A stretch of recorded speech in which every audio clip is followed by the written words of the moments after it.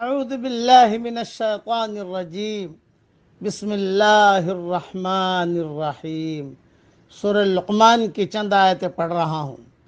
وَمَن يُسْلِمْ وَجْهَهُ إِلَى اللَّهِ وَهُوَ مُحْسِنٌ فَقَدِ اسْتَمْسَكَ بِالْعُرْوَةِ الْوُثْقَىٰ، اور جو شخص اپنا رخ اللہ کی طرف جھکا دے اور وہ نیک عمل کرنے والا بھی ہو تو اس نے مضبوط رسی پکڑ لی۔ وَإِلَى اللَّهِ عَاقِبَةُ الْأُمُورِ، اور اللہ ہی کی طرف ہے تمام معاملات کا انجام کار۔ وَمَن كَفَرَ فَلَا يَحْزُنكَ كُفْرُهُ، اور جس نے انکار کیا تو اس کا انکار آپ کو غمگین نہ کرے۔ إِلَيْنَا مَرْجِعُهُمْ فَنُنَبِّئُهُم بِمَا عَمِلُوا، ہماری ہی طرف ہے ان کی واپسی تو ہم ان کو بتا دیں گے جو کچھ انہوں نے کیا۔ إِنَّ اللَّهَ عَلِيمٌ بِذَاتِ الصُّدُورِ، بے شک اللہ دل کی بات سے خوب واقف ہے۔ نمتعهم قلیلا ثم نضطرهم الى عذاب غلیظ، ہم ان کو تھوڑی مدت فائدہ دیں گے پھر ان کو ایک سخت عذاب کی طرف کھینچ لائیں گے۔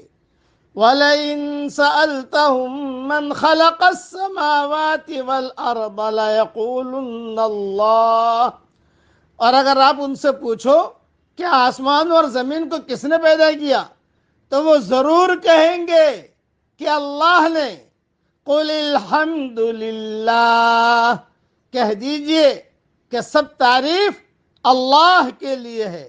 بل اکثرهم لا يعلمون، بلکہ ان میں سے اکثر نہیں جانتے۔ للہ ما فی السماوات والارض، اللہ ہی کا ہے جو کچھ آسمانوں اور زمین میں ہے۔ ان اللہ هو الغنی الحمید، بے شک اللہ بے نیاز ہے، خوبیوں والا ہے۔ انسان کے بے راہ ہونے کا سبب اکثر حالات میں یہ ہوتا ہے کہ وہ اپنے عقل کو کام میں نہیں لاتا، وہ رواج عام سے ہٹ کر نہیں سوچتا۔ آدمی اگر رواج سے اوپر اٹھ جائے تو خدا کی دی ہوئی عقل خود اس کو صحیح سمت میں رہنمائی کے لیے کافی ہو جائے۔ ہر آدمی کا ایک رخ ہوتا ہے جدھر وہ اپنے پورے فکری اور عملی وجود کے ساتھ متوجہ رہتا ہے۔